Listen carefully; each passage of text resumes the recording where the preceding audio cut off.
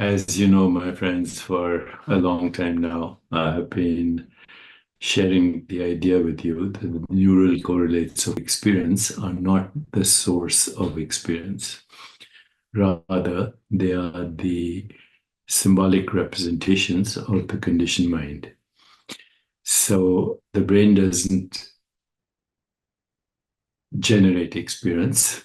It is symbolically representing experience. But when you have symbols and you trigger them, then they can reproduce the experience as well. If I have a symbol, say, let's say stop sign, then I stop because I associate that symbol with the experience of stopping. So let's go a little deeper into this because we can change the neural landscape of the brain so that we experience freedom. But let's first make the argument, which is as follows.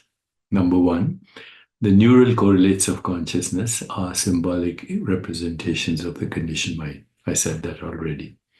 Number two, the brain is like an algorithm that triggers reactive responses based on conditioning.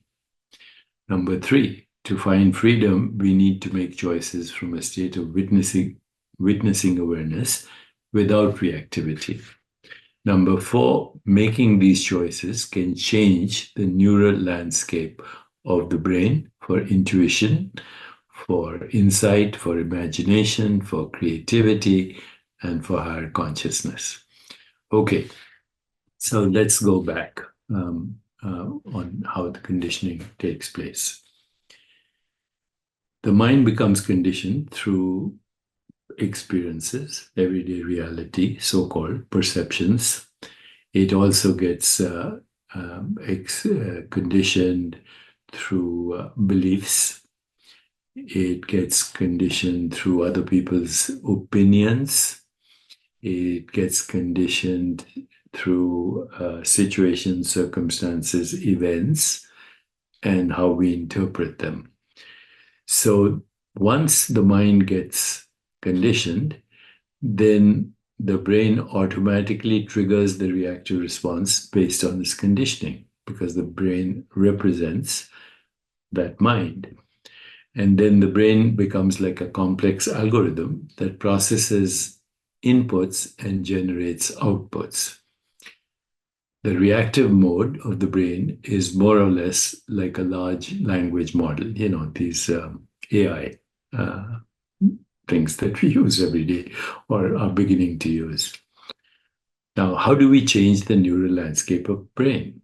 We change the neural landscape of the brain by making conscious choices from a state of awareness that will then create new neural pathways. So that those new neural pathways involve everything from on-off switches, epigenetics, etc. Even I believe, although many disagree with me, through quantum mechanical processes.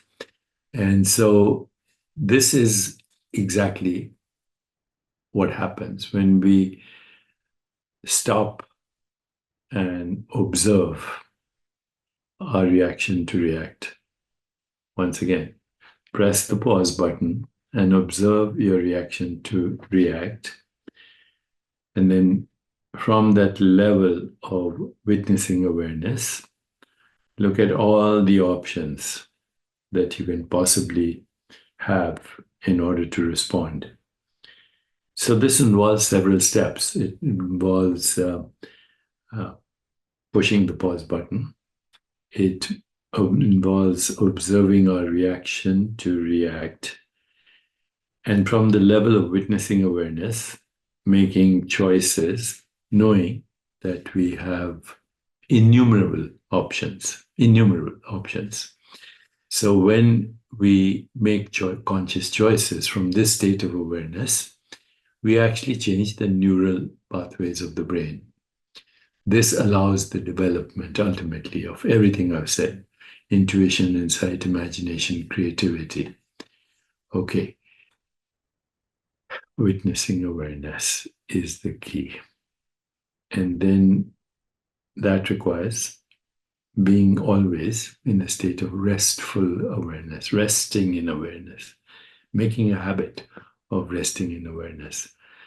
And then even asking questions of ourselves in that state, such as, from what level am I responding? Am I responding from the fight flight response, the reactive response, the intuitive response, the creative response, the higher visionary response, or even the sacred response? So once we start doing that, we are actually changing the landscape of the brain, the symbolic representations of experience, because we're generating new experiences, more creative experiences. And soon the brain will do that automatically, because that's what the brain is. It's a symbolic representation of the choices we've made consciously and most frequently unconsciously. Most frequently, because most frequently we act like biological robots triggered by people and circumstance into predictable outcomes. There's no freedom in that. What I've shared with you is how to create a brain that allows you to live in freedom. That's it. You can create a brain that allows you to live in freedom. Let me know if this is useful.